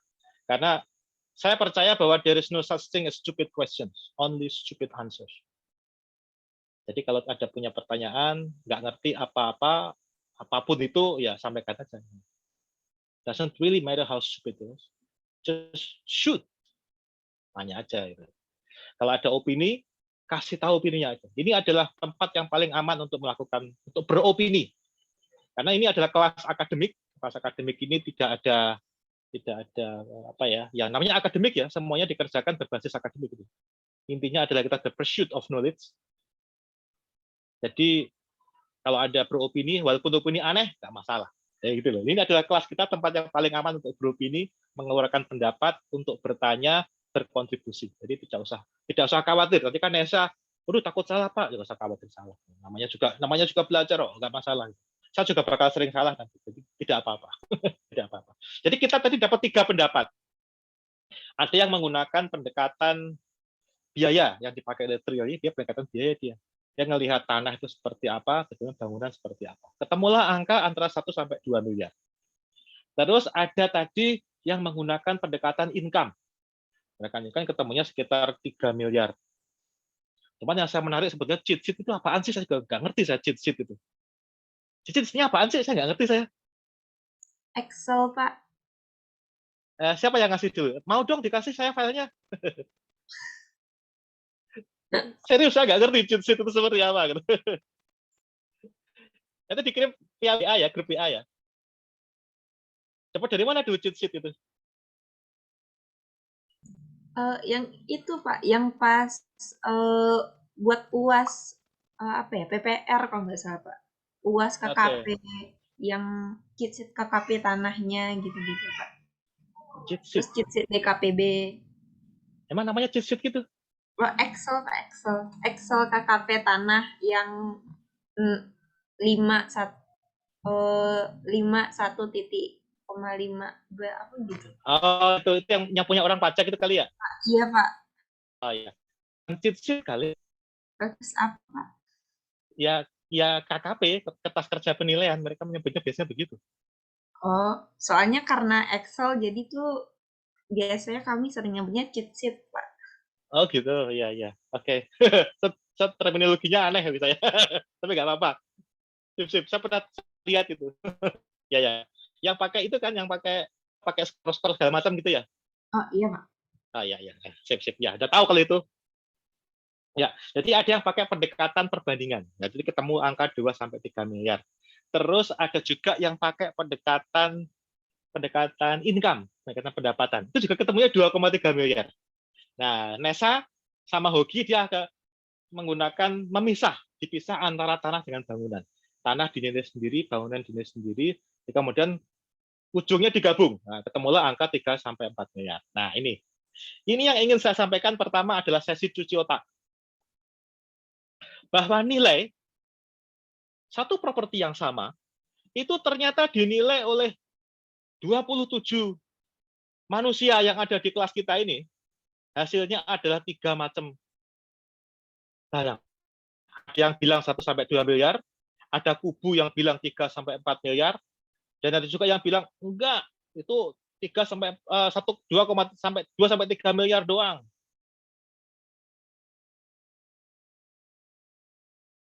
Nah, itu jadi nilai ini yang ingin saya sampaikan, dan ini barangkali yang harus kita pegang itu adalah makhluk yang tidak jelas. Makhluk yang tidak jelas. Nilai itu bukan 1 tambah 1 sama dengan 2. Tidak. Tapi 1 tambah 1 bisa 3, bisa 4, bisa pula 0 tambah 1. Nah, nilai itu seperti itu. Karena nilai itu pada hakikatnya adalah apa? Opini Pak ya. Opini, Bos. Benar sih Fadil. Nilai itu opini. Nah, makanya saya tidak heran kalau pada satu tanah, satu properti, punyanya si Wono Kairun itu, ternyata ada 3 kubu loh. Kubunya Nesa sama Hoki, kubunya Tri, sama satu lagi kubu single majority. Wah, nggak single majority ya. Kubu mayoritas yang 67%. Wah, ini yang orang terakhir ternyata ngikut yang 2,3 miliar. 2 sampai 3 miliar. Nah, ini. Sehingga kalau ada satu bidang tanah dinilai oleh 27 orang, saya yakin akan ada 27 nilai.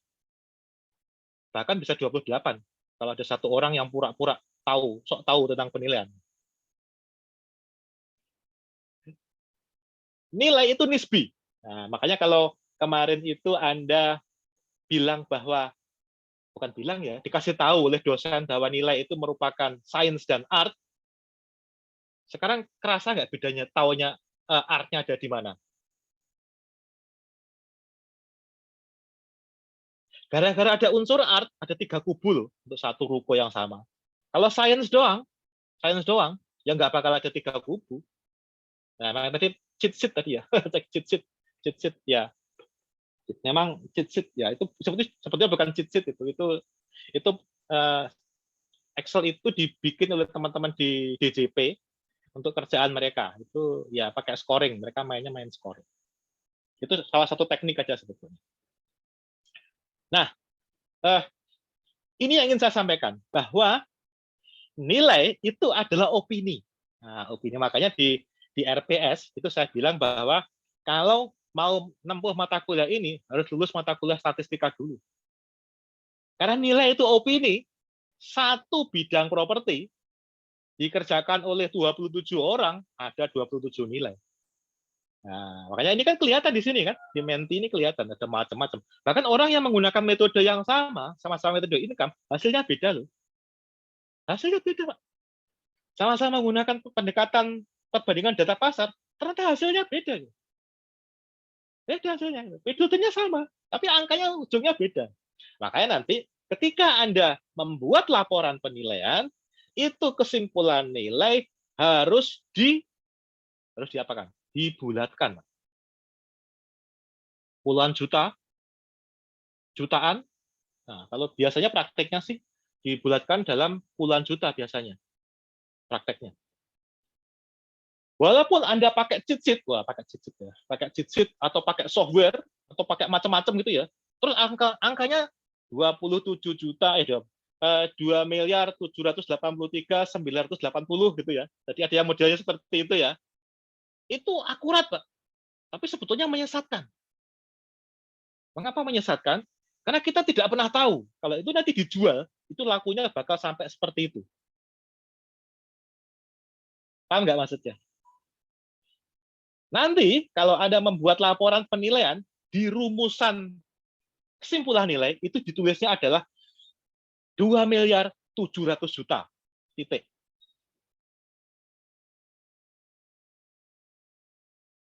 Karena kita tidak pernah tahu. Nah, kita tidak mungkin tahu.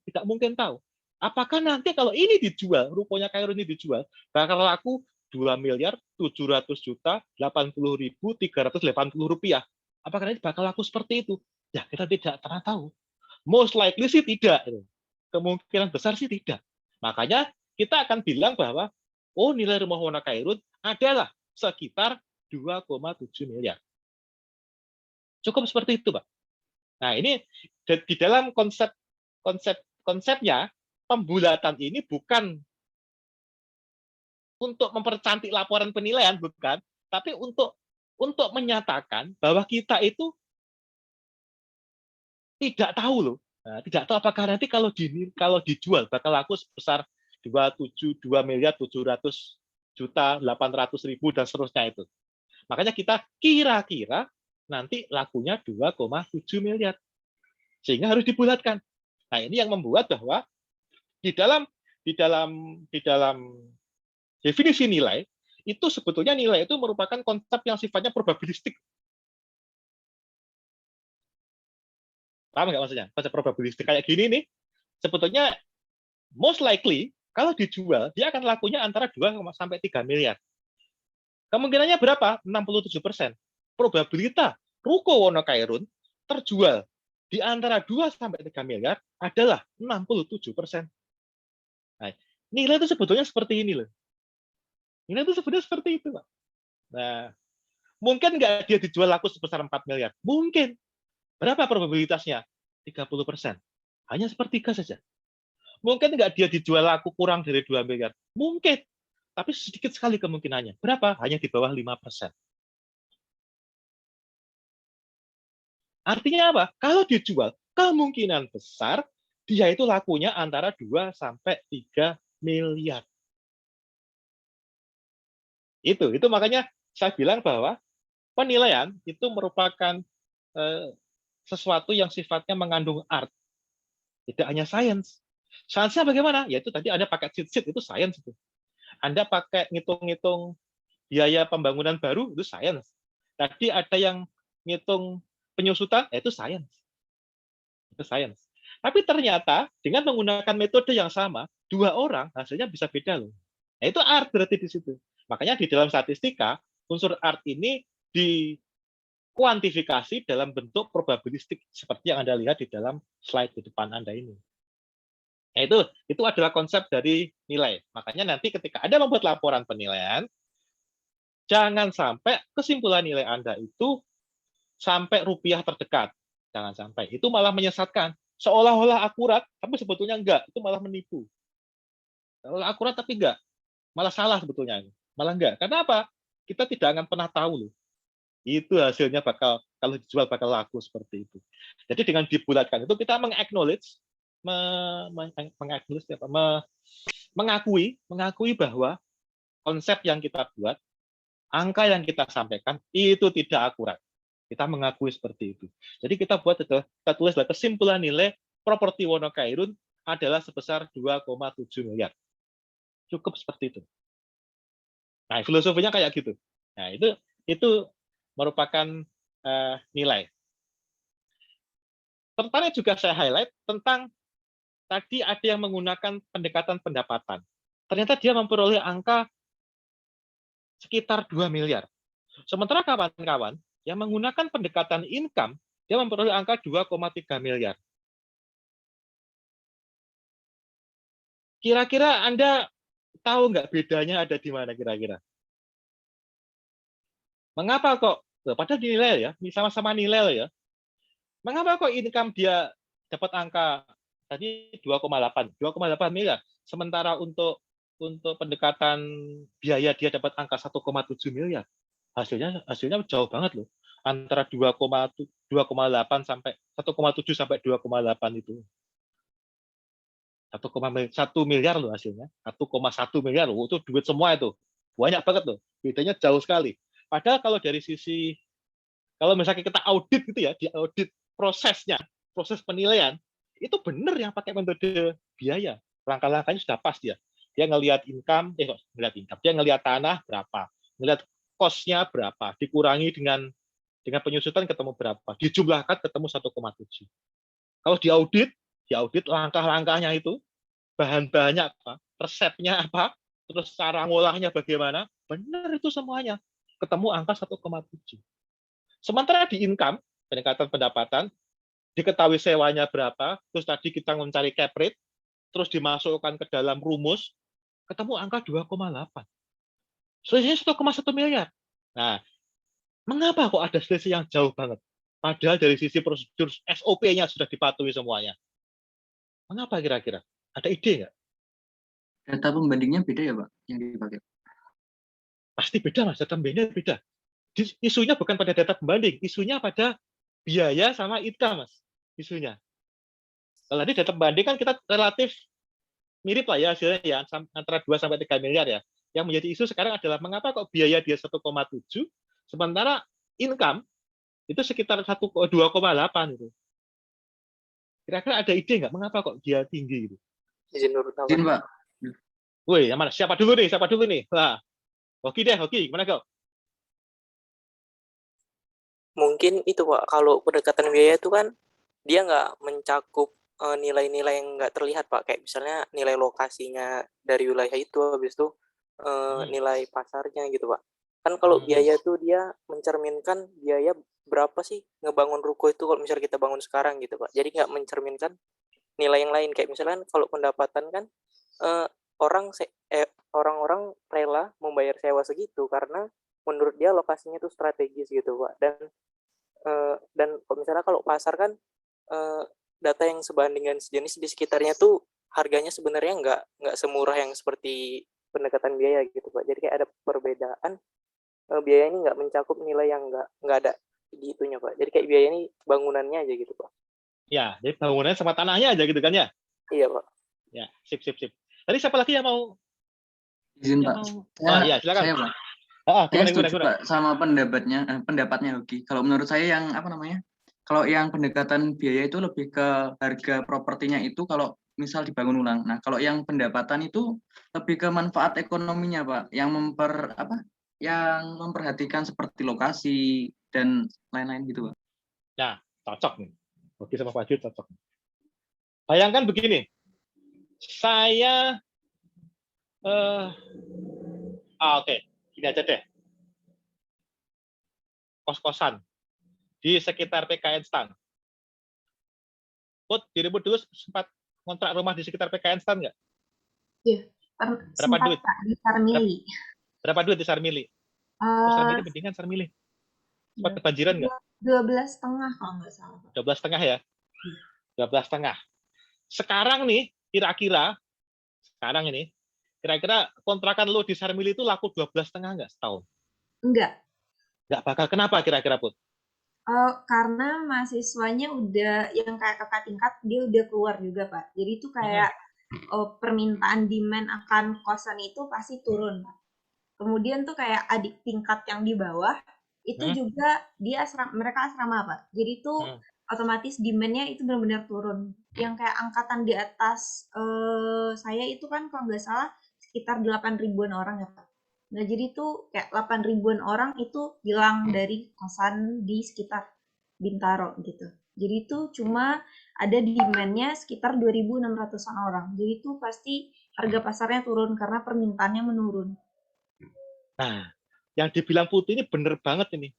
Makanya kalau Anda mengingat-ingat mata kuliah analisis pasar properti, ada yang namanya demand ya. Demand, konsep namanya demand. Demand itu gini. Demand itu ada 3 hal. Ada needs, ada wants, dan purchasing power. Needs apa? Needs saya butuh tempat untuk tiduran. Saya butuh tempat kalau malam minggu bisa diapeli pacar. Saya butuh tempat untuk ke kamar mandi lama-lama. Wah. Itu butuh saya, needs. Tapi selain itu saya juga butuh ada wants. Saya nggak mau saya tinggal di Kalimongso. Kalimongso tempatnya kayak slum gitu, padat banget. Mengerikan ini kalau kebakaran gimana nih, gitu kan.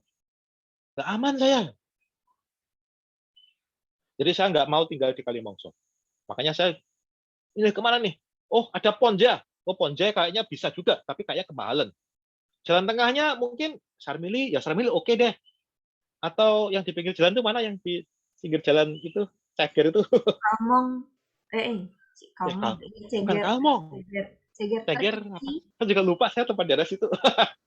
Pokoknya situ deh pokoknya. Dekat daerah Ceger situ, nah itu boleh juga tuh.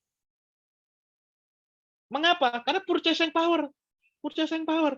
Saya mau ke Ponjai, duit saya nggak cukup. Tapi kalau saya mau ke Kalmong, saya ogah juga tuh. Bagaimana kalau nanti ada yang mau naksir saya, mau ngapel, saya ternyata saya tinggal di dekat masjid sebelah Kalmong. Wah, kan nggak keren amat gitu ya. Masa pas ngapel, tahu-tahu ada suara azan kenceng banget, kan nggak enak banget tuh. Dilihatin sama orang yang mau ke masjid kan, wah ini anak stunting malah pacaran di sini, gimana urus saya nih, kan nggak enak banget kan. Nah, makanya saya minggir dulu deh, nggak mau saya. Ada needs, ada wants, dan ada purchasing power. Ketemulah itu yang namanya demand. Semakin tinggi demand, ya nanti geser ke kiri, geser ke kanan itu kurvanya. Kalau geser kurva ke kanan, ya P-nya bakal naik. Kalau ada yang ingat pelajaran ilmu ekonomi ya. P ini, P equilibrium itu adalah nilai. Nah, nilai. Makanya ketika ada geser kurva ke kanan, gara-gara banyak yang minta, banyak yang mau, banyak yang ada yang butuh gitu, yang geser ke kanan, P-nya bakal naik. P naik berarti nilai juga bakal naik. Nah, seperti itu. Makanya kalau dilihat, properti itu sebetulnya dia itu merupakan, dalam konteks ini ya, properti itu merupakan produk. Jadi dia itu mempunyai apa yang dijual. Yang dijual itu sebetulnya bukan barangnya, bukan rumahnya itu atau tanahnya itu, bukan. Yang dijual adalah use atau manfaat atau value. Nah, value yang bisa kita peroleh atau utility yang bisa kita peroleh dari kita memegang properti itu.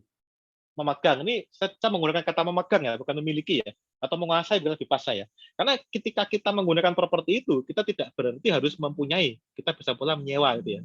Kita bisa pula menyewa, kita bisa pula mendapatkan ya nyewa lah ya. Tapi yang lain tidak harus memiliki, sehingga kita cukup menggunakan kata menguasai.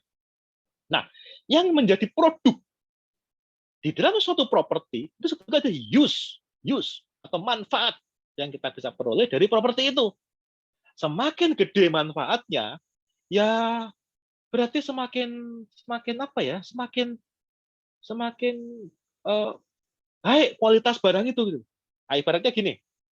Saya punya mouse, ini mouse saya. Saya punya mouse. Saya punya yang saya pegangnya adalah mouse mereknya Logitech. Saya punya 2 jenis mouse di rumah saya ini. Yang pertama adalah mouse ini, Logitech ini. Yang satu lagi adalah mereknya apa ya? Nggak tahu saya mereknya apa. Yang merek Logitech ini lebih sering saya pakai karena dia nirkabel. Tidak pakai kabel, sehingga kalau saya pakai kayak gini enak saya, nggak ada halangan. Mouse yang satu lagi relatif ya biasanya masuk ke kardus, jarang saya pakai.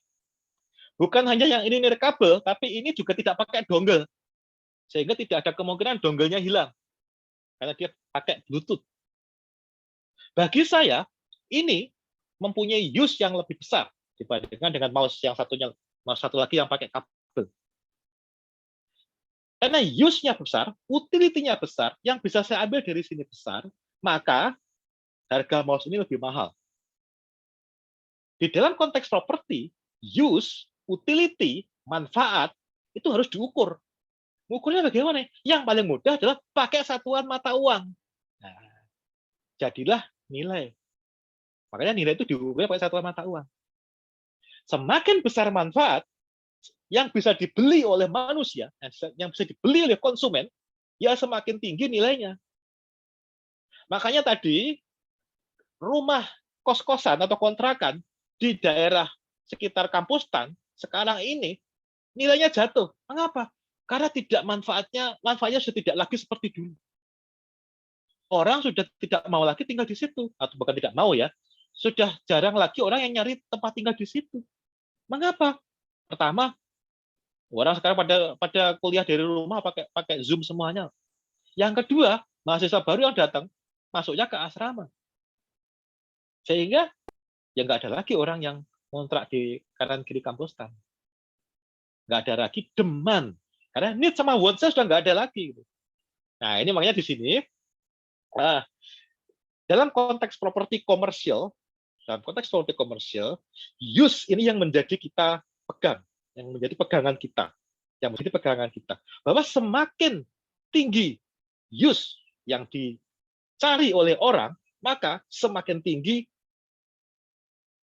manfaat yang bisa diperoleh dari barang itu.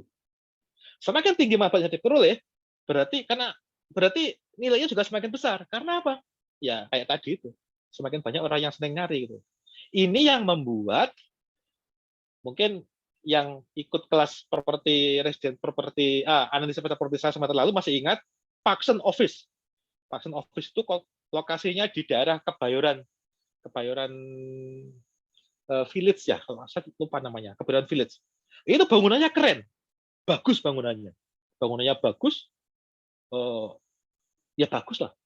Tidak baru jadi, belum lama jadi, tapi tidak ada yang nyewa sampai sekarang. Yang nyewa tidak ada, kosong. Makanya dijual itu rumah itu kantor dijual. Kalau Anda nilai Paxson dengan menggunakan pendekatan biaya, tak jamin nilainya bakal tinggi. Mengapa? Seperti dibilang oleh Yogi sama Fadil, yang dicek itu cuman ongkos untuk bangun berapa, sama harga tanah itu berapa. Dia tidak lagi mempedulikan yang mau tinggal di situ, yang mau pakai utility-nya. Nah, dia tidak mempertimbangkan utility-nya. Sehingga kalau dia Anda nilai pakai pendekatan biaya, pasti nilainya, bukan pasti ya, most likely nilainya akan tinggi. Sama seperti kalau ketika Anda gini, di Australia itu ada daerah namanya Coober Pedy. Itu daerah gurun pasir, Pak. Kalau siang hari musim panas itu suhunya rata-rata di atas 40 derajat. Orang tidak ada yang mau tinggal di situ. Kalau Anda punya rumah di Coober Pedy, bangun rumah di situ, Coober Pedy, dinilai dengan menggunakan pendekatan biaya, saya yakin nilainya tinggi. Kenapa? Yang dihitung itu loh, ongkos untuk bangun rumah di Coober Pedy. Ongkos biayanya pasti tinggi. Saya yakin tinggi. Mengapa? Ya karena ya mahal aja, bangun rumah di situ mahal aja itu. Sudah kanan kirinya gurun pasir semuanya, ongkos ngangkutnya juga pasti tinggi, sehingga ya biaya konstruksinya pasti mahal. Makanya nilainya juga pasti tinggi. Padahal nggak ada yang mau tinggal di situ. Demandnya nggak ada. Sesuai dengan teori ekonomi, nah kalau nggak ada demand, nggak ada needs, nggak ada wants, ya kurva D, dia geser ke kiri. Ke kiri berarti titik equilibrium turun terus sampai ujung-ujungnya adalah rendah sekali. Tapi begitu rumah itu dibangun di bawah tanah, beda urusannya, Mas. Orang di Coober Pedy itu rata-rata mereka kalau bangun rumah itu di bawah tanah. Mengapa? Karena terlalu di atas tanah itu tidak memungkinkan untuk dihuni. Kalau musim panas terlalu panas, kalau musim dingin terlalu dingin. Makanya mereka membangunnya seperti kelinci itu di bawah tanah dia tinggalnya. Di bawah tanah beda urusannya, ceritanya beda lagi. Karena ada di situ manfaatnya, utility-nya ada. Nah itu saya yakin pengantar tentang mengapa kok properti komersial itu sebaiknya kalau dinilai itu tidak menggunakan pendekatan biaya. Mengapa? Karena pendekatan biaya tidak mempertimbangkan unsur intrinsik yang dibilang oleh Yogi sama Fadil tadi, yang ada di dalam properti itu. Ada nggak yang mau properti itu? Ada nggak yang mau tinggal di situ? Ada nggak yang mau pakai Paxson Office? Ada nggak orang yang mau tinggal di Coober Pedy yang gurun pasir itu? Biaya nggak mungkin seperti itu. Nah, cocoknya mana? Income. Nah, cocoknya income. Mengapa income? Karena dengan income, sewa itu sudah mencerminkan demand. Dengan adanya sewa berarti orang tuh yang nyari banyak. Makanya rumah kontrakan di sekitar kampus TAN 12 juta, 13 juta, 15 juta. Sekarang 5 juta aja boro-boro gitu. merefleksikan utility, manfaat, demand, atau permintaan yang terjadi atas properti itu. Jadi ada nggak orang yang mau beli produknya? Produknya berupa apa? Tinggal di rumah itu. Produknya berupa apa? Hak untuk tidur di kamar A. Haknya berupa apa? Hak untuk dikunjungi pacar setiap Sabtu Minggu. Itu produk yang dijual oleh owner. Itu produk yang dibeli oleh customer. Yang dijual, jadi yang dijual itu bukan kok merupakan fisiknya, tapi yang dijual itu adalah bundle of rights. Nah, kalau dalam bahasanya Price Institute, bundle of rights yang dijual. Nah, nilai itu sebenarnya mengukur bundle of rights. Karena sifatnya adalah abstrak, maka nilai yang diperoleh ada seperti yang ada di dalam layar ini. Pasti dia berupa variasi. Berupa, kalau ada perhatikan kan ini seperti mirip-mirip kurva normal ya. Tengah-tengah ini kan ada modus di sini kan. Ada modus, ada min kan. Nah, ini kan kalau kita bikin kurvanya kan mirip-mirip kurva normal begini. Walaupun agak menceng ke kiri sih sebetulnya, tapi kira-kira ya mirip normal lah kira-kira. Dengan tengah-tengahnya nih yang paling tinggi ada di sini, antara 2 sampai 3 miliar. Nah, kira-kira seperti itu. Dan nanti minggu depan kita akan mengelaborasi lebih lanjut mengenai sebetulnya karakteristik properti komersial itu seperti apa. Sementara ini silakan Anda baca buku yang sudah saya taruh di LMS. Silakan kalau Anda mau lihat-lihat PowerPoint yang ada di LMS. Saya tidak menyentuh PowerPoint di LMS karena bagi saya itu silakan dibaca sendiri aja bisa. PowerPoint-nya itu di situ mudah sekali lah. Hotel itu apa, ciri-cirinya hotel, ciri-cirinya shopping center dan seterusnya. Dan itu harus dibaca dengan hati-hati yang di PowerPoint di LMS karena itu US centric. Jadi yang ditulis di situ di PowerPoint itu konteksnya adalah US. Konteksnya ada. Jadi kita harus berhati-hati membaca itu. Belum tentu cocok dengan konteks